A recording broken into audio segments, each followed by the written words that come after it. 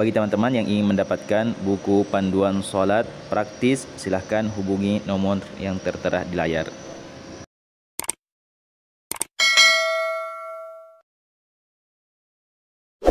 Bismillahirrahmanirrahim. Assalamualaikum warahmatullahi wabarakatuh. Alhamdulillah, wassalatu wassalamu ala rasulillah, Sayyidina Muhammadin wa ala alihi wa ashabihi. Ja'alana Allah wa iyyakum min ahlil khairi was sa'adah fid dini wad dunya wal akhirah. Amin. Allahumma amin. Sahabat beriman dimanapun Anda berada, semoga Allah Subhanahu wa ta'ala senantiasa merahmati kita semua dan menjadikan kita orang yang beruntung di dunia maupun di akhirat. Amin. Allahumma amin. Sahabat beriman dimanapun Anda berada, insyaallah pada video kali ini kita akan menjawab sebuah pertanyaan yang masuk. Ya, pertanyaannya adalah, bagaimana dengan sholat kakek saya yang belum pandai membaca bacaan sholat? Kami sekeluarga baru masuk Islam, sedangkan umur kakek saya sudah tua dan sulit menghafal surat bacaan sholat. Ya, mohon bantuannya Pak Ustaz. Ya, jadi pertanyaan seperti ini juga sudah sering ditanyakan oleh saudara-saudara muslim kita yang pemula atau yang mu'allaf, ya, yang mana mereka ingin mengerjakan sholat, namun yang menjadi kendala adalah mereka belum bisa menghafal bacaan sholat. Baiklah, ya, kami berharap kepada saudara yang bertanya mendengarkan jawaban ini atau menyimak video ini sampai akhir, karena nanti di akhir video kami akan langsung praktekkan, ya. Ya, jadi kepada saudara yang bertanya, yang pertama yang perlu kita ketahui dulu bahwa bacaan di dalam sholat itu terbagi menjadi dua. Ya, bacaan di dalam sholat terbagi menjadi dua. Yang pertama, ada bacaan yang berupa rukun sholat.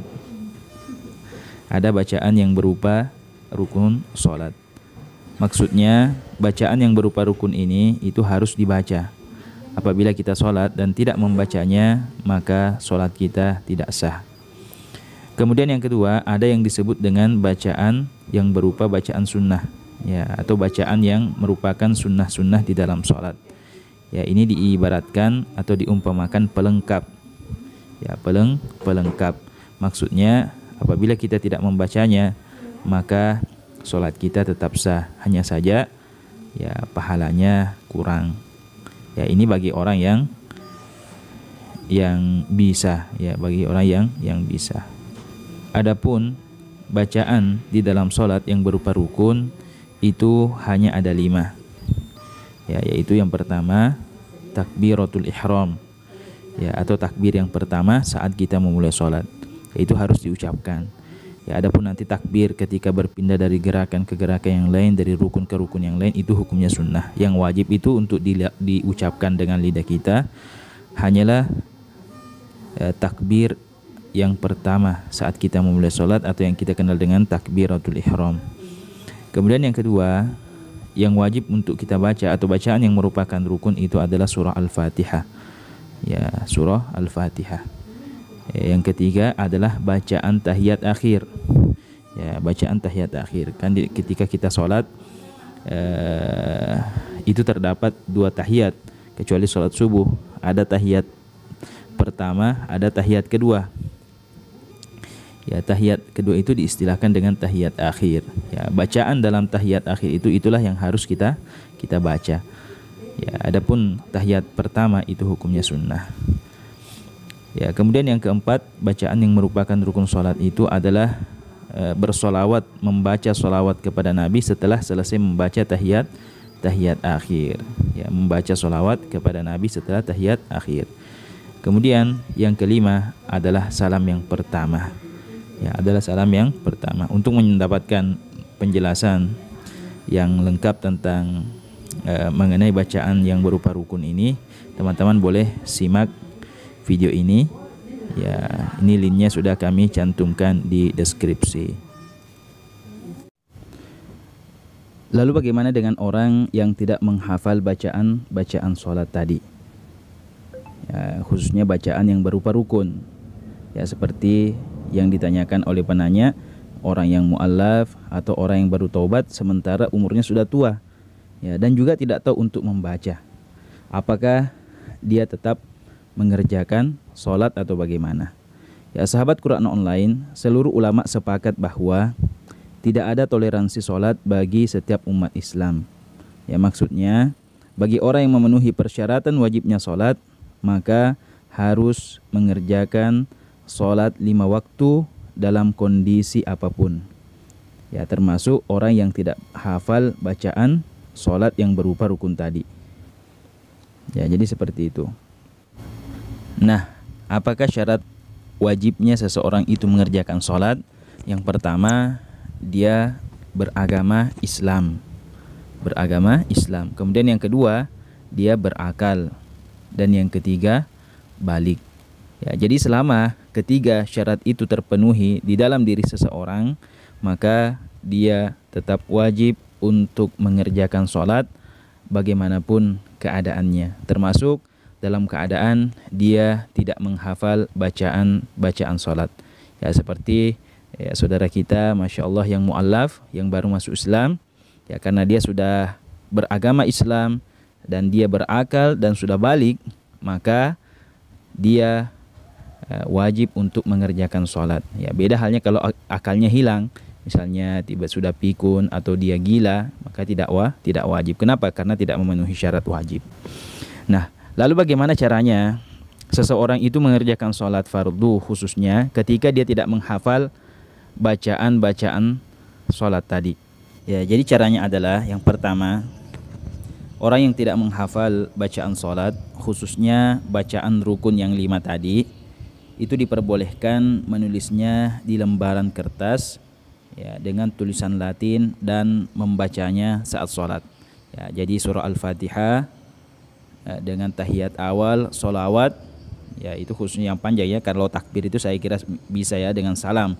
Ya, yang ditulis itu surah Al-Fatihah, tahiyat akhir, dan sholawat setelah tahiyat akhir. Itu yang ditulis dalam bentuk tulisan Latin di kertas lembar, ya, dan dibawa saat sholat. Ya, jadi ya ditulis dulu, baru ketika sholat ya lembaran itu dibawa dan dibaca saat waktunya membaca surah Al-Fatihah dan waktunya membaca tahiyat akhir. Ya, namun yang perlu diperhatikan nanti ketika membawa kertas tersebut saat sholat, yaitu jangan sampai bergerak dengan gerakan berat, gerakan anggota besar dengan 3 kali gerakan berturut-turut, karena itu juga dapat membatalkan sholat. Ya, jadi seperti itu. Nanti kami akan buatkan video tata cara melihat membawa kertas itu saat kita sholat juga, insya Allah. Kemudian yang kedua, kalau tidak pandai membaca tulisan Arab atau tulisan Latin, ya mungkin karena ya sudah sepuh ya, sudah tidak terang penglihatannya, atau mungkin dulu waktu masih muda tidak pernah belajar membaca baik tulisan Arab ataupun tulisan Latin, maka ia diperbolehkan membaca sebahagian surat Al-Fatihah dan mengulang-ulanginya selama membaca surah Al-Fatihah. Ya, dia membaca surah Al-Fatihah, ya misalnya ya, surah ayatnya itu ayat pertama yaitu Bismillah, Bismillahirrahmanirrahim, Bismillahirrahmanirrahim, Bismillahirrahmanirrahim, Bismillahirrahmanirrahim. Itu terus diulang-ulang sampai seperti lamanya ketika seseorang itu membaca surah Al-Fatihah mulai awal sampai akhir. Ya, taruhlah misalnya ketika seseorang itu membaca surah Al-Fatihah dari ayat pertama sampai ayat terakhir itu 30 detik. Berarti bagi orang yang tidak bisa membaca surah Al-Fatihah tersebut, dia diperbolehkan membaca ayat pertama dari surah Al-Fatihah yaitu Bismillahirrahmanirrahim sebanyak 30 detik. Ya, diulang-ulang sampai durasinya 30 detik, atau diperkirakan sama durasinya ketika seseorang itu membaca surah Al-Fatihah. Dan untuk tahiyat awalnya, tahiyat akhirnya dengan sholawatnya itu boleh diganti dengan zikir-zikir yang lain. Ya, boleh diganti dengan Allah, Allah, Allah, Allah. Ya, atau ketika tidak bisa membaca surah Al-Fatihah juga, tidak ada yang dihafal bahagian dari surah Al-Fatihah, ya baik itu dari Bismillah tidak bisa juga, ya maka ia boleh mengganti surah Al-Fatihahnya dengan bacaan tahiyat akhirnya serta sholawat setelah tahiyat akhir dengan membaca zikir Subhanallah walhamdulillah, wala ilaha illallah, Allahu akbar, wala haula wala quwata illa billahil aliyil azim, wa ma Allah bukan, wa ma lam yasha lam yakun. Ya, jadi dia diperbolehkan membaca 7 macam zikir ya seperti ini. Ya, kalau juga tidak bisa dan tidak hafal dan tidak mampu membaca zikir di atas, maka diperbolehkan diam sesuai dengan durasi membaca surah Al-Fatihah atau tahiyat akhir. Ya, jadi ketika dia berdiri dia cukup diam saja. Begitu juga nanti ketika waktunya membaca tahiyat akhir dia diam saja. Ya, jadi ketika setiap rakaat ketika berdiri cukup diam ya, lamanya selama durasi bacaan surah Al-Fatihah. Taruhlah kita katakan setengah menit atau 30 detik. Ya, dia diam 30 detik, nanti setelah itu ruku. Ya, dan langsung saja mari kita praktek sholat subuh. Ya, bagi orang yang tidak menghafal bacaan apapun di dalam sholat, baik ayat Al-Quran maupun zikir-zikir yang dijadikan sebagai pengganti surah Al-Fatihah tadi dengan tahiyat akhirnya. Insyaallah kita akan praktek sholat subuh ya dengan tanpa bacaan. Ini khusus bagi teman-teman yang pemula, yang mu'allaf, yang belum bisa menghafal doa-doa sholat. Adapun yang sudah bisa, ya itu tidak diperkenankan sholat dengan cara seperti berikut ini.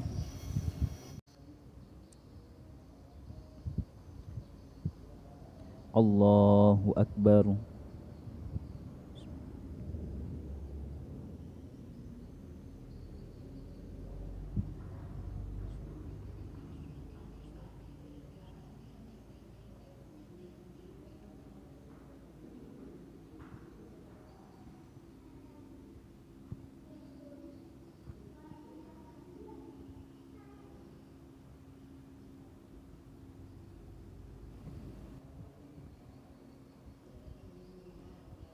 Allahu Akbar.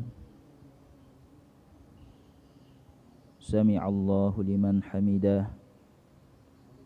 Allahu Akbar.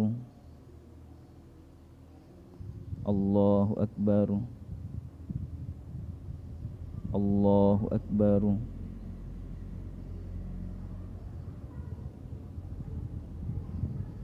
Allahu Akbar.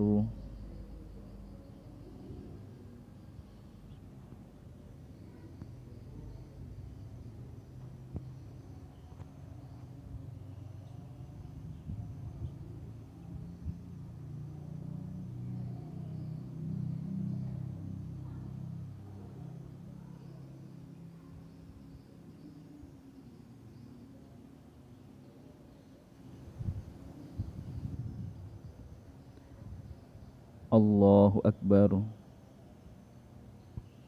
Sami'allahu liman hamidah. Allahu Akbar.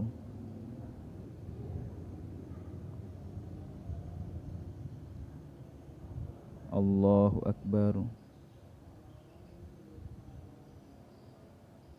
Allahu Akbar.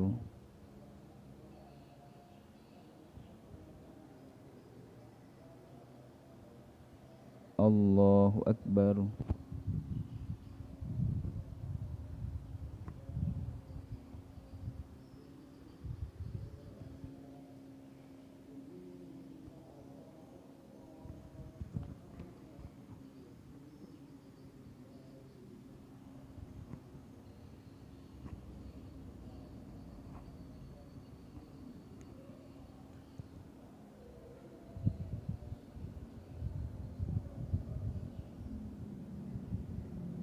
Assalamualaikum warahmatullahi wabarakatuh. Assalamualaikum warahmatullahi wabarakatuh.